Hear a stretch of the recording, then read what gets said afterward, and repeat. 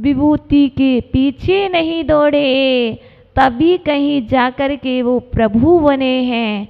और जो विभूति के पीछे दौड़ते हैं वो प्रभु नहीं बनते हैं, वो तो परात्मा होते हैं। परात्माओं को स्वात्मा बनना है, परमात्मा बनना है। तो प्रभु कह रहे हैं, देखो मैंने 37 नंबर कप का स्मरण किया है और विभूति मेरे चरणों की दास बन गई है। यदि आप भी 37 नंबर कप का पाठ करते हैं तो ये सारी जगत की विभूति आपके चरणों की दासी होगी और उस दासी को सेवा का सौभाग्य भी आप नहीं दे पाओगे, क्योंकि ये विभूति मात्र, यही समझना, विभूति अचेतन है।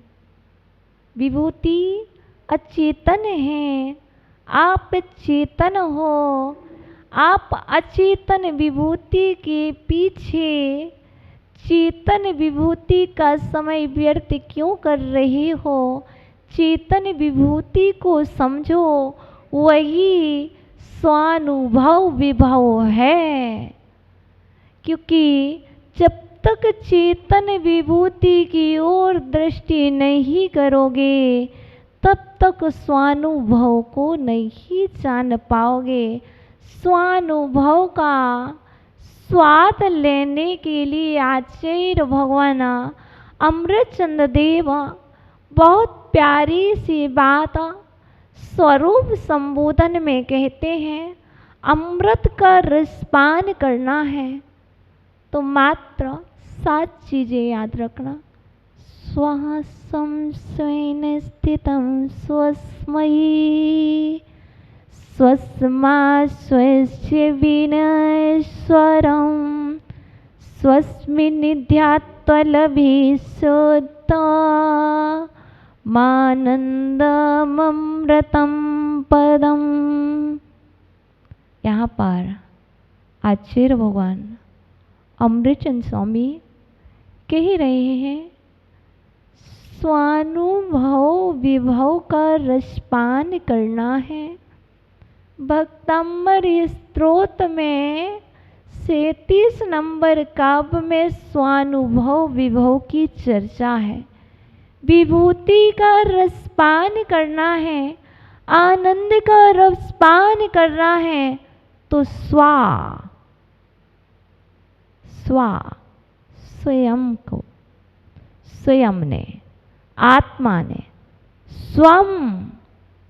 स्वयं को, आत्मा ने आत्मा को स्वेन, आत्मा के द्वारा, स्वस्मयी,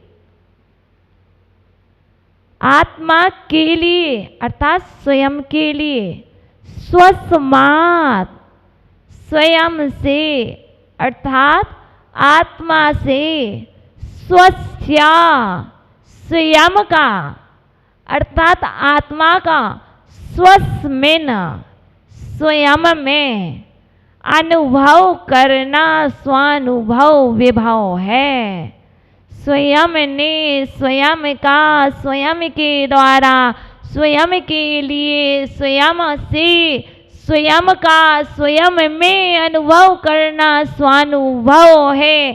पर ने, पर का, पर ने, पर का, पर के द्वारा, पर के लिए, पर से, पर का, पर में अनुभव करना परानुभव है। हम इस शरीर के द्वारा दूसरे के शरीर का, स्वयं के शरीर में अनुभव करते हैं, ये हमारा परानुभव है। और आए थे स्वानुभव करने और हो गया परानुभव। इसी तरह भक्तामृत स्त्रोत जब एक का कार्य कर रहा है, एक का नहीं कर रहा, तो या तो सबसे पहले उसकी पद्धति में कोई मिसिंग है, कोई गलती है, कोई ठीक पद्धति से जैसा पढ़ना था वैसा पढ़ नहीं रहा। उसे पढ़ना था सकल और शकल, दो शकल हैं। दंती सा, एक शकल का अर्थ होता है श्वान और एक शकल का अर्थ होता है टुकड़ा। दोनों का भिन्न भिन्न अर्थ है। इसी तरह हम जो पढ़ रहे थे उसमें हमें जो पढ़ना था इत्थम, और पढ़ दिया इत्था। इत्थम पढ़ना था, इत्थम यथा, और पढ़ दिया इत्थ यथा। अब हम पढ़ कैसे रहे हैं? अब उसके बाद जब हम गलत पढ़ेंगे तो हमारे जीवन में कितना गलत होगा और कितना लाभ होगा, कितनी हानि होगी। जितना आप सही पढ़ोगे उतने तो आपको लाभ होगा, और जितना आप अशुद्ध पढ़ोगे हानि नहीं होगी तो लाभ भी नहीं होगा। क्योंकि हमारी यहाँ पर कहा गया है कि धर्म कभी भी हानि नहीं करवाता है। क्योंकि यहाँ पर जो लोग बैठे इनके मन में आता है कि मुझे पढ़ना नहीं आता है, यदि धर्म से गलत पढ़ेंगे तो हानि हो जाएगी, तो हम पढ़ना ही छोड़ देते हैं। नहीं, ये गलत है। यदि आपको पढ़ना नहीं आता है फिर भी आप पढ़िए, पुरुषार्थ कीजिए। बार बार पुरुषार्थ करोगे तो एक दिन सही पढ़ना आ जाएगा।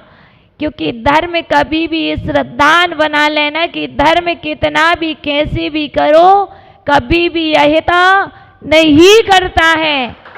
मन में चल रहा है, क्वेश्चन आते हैं, जिज्ञासाएं आती हैं, घर में चैत्यालय रख लिया तो अहित हो गया। ओ माताओं पिताओं, कभी ऐसा विचार मत करना। बीतरागी जिनेंद्र देव हैं, कभी भी अहिता नहीं करते हैं। वो रागी द्वेषी नहीं है। तुम्हारा पाप कर्म का उदय आ गया था, सो तुम्हारा अहित हो गया। तुमने भक्तमर स्तोत्र का पाठ शुरू किया था और तुम्हारा अहित हो गया, तो तुम कहोगी कि भक्तमर ने हमारा अहित कर दिया। नहीं, ये हमारी सोच है, ये हमारी दुष्ट वचन है, ये हमारा दुष्ट चिंतन है, ये हमारी नकारात्मक सोच है। जो सोच हमें बार बार कह रही इससे ऐसा हो गया, ऐसा बिल्कुल भी नहीं हुआ है। इसलिए इस श्रद्धान ऐसे रख लेना जैसे अपनी हृदय वेदी पर तीर्थंकर भगवान को विराजमान किया है, ऐसे ही विराजमान कर लेना कि धर्म रक्षक है, धर्म भक्षक नहीं है। तीर्थंकर प्रभु हमारे रक्षक हैं। तीर्थंकर प्रभु जब जब हमारे ऊपर कष्ट आते हैं तब तक यदि हमने धर्म किया है तो धर्म हमारे पास में आड़े आ जाता है और हमारी रक्षा कर लेता है। हम तो सम्मेद शिखर जी गए थे, ऐसा क्यों हो गया? देखो, विचार कीजिए, बहुत अच्छा हुआ।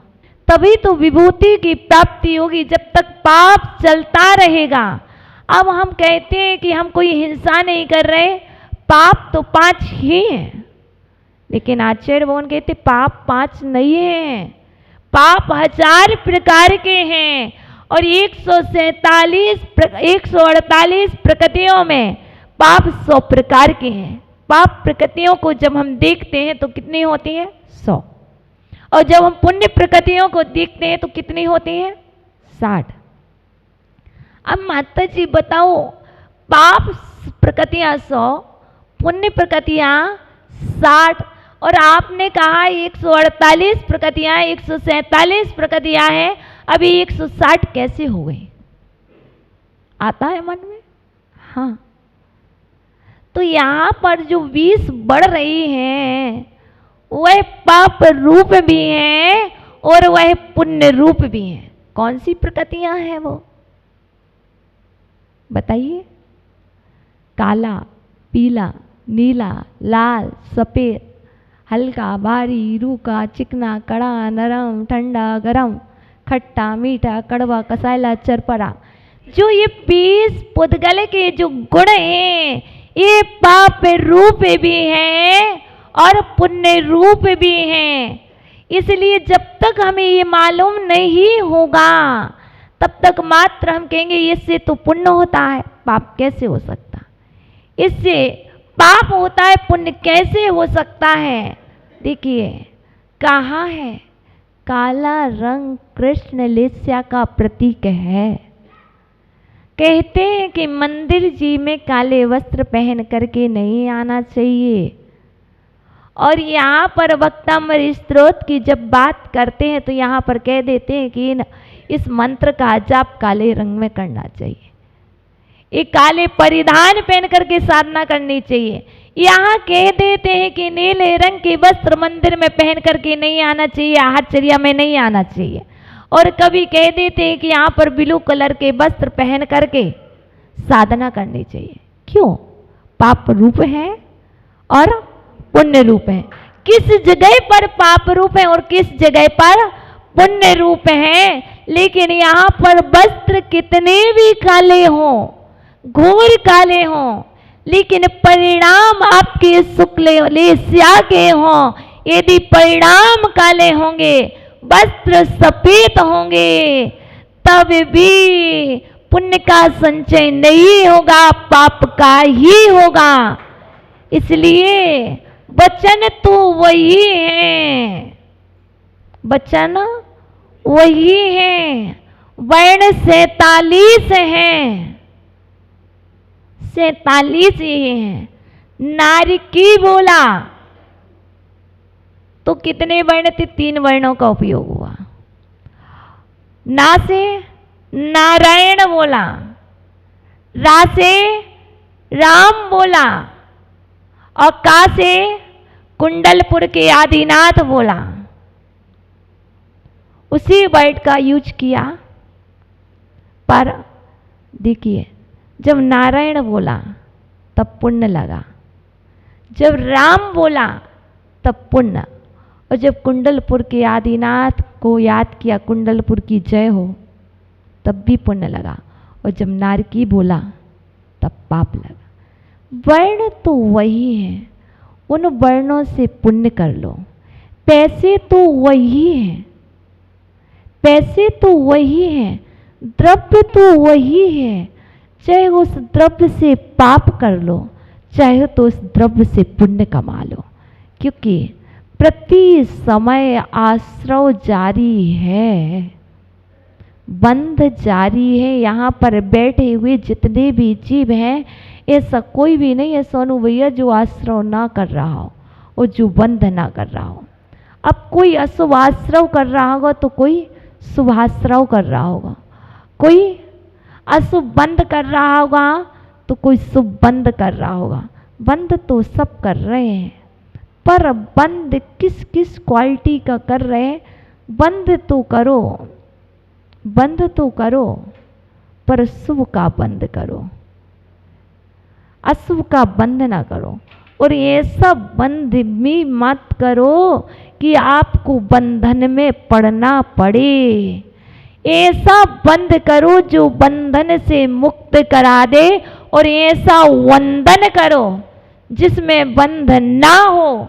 बंधन मतलब ऐसी वंदना करो कि उस वंदना से बंध ना हो, क्योंकि कार्य तुम कर रहे हो, क्रिया तुम कर रहे हो, और उस क्रिया से यही बैठ करके बंध ऐसा कर रहे को बंधन में पड़ रहे।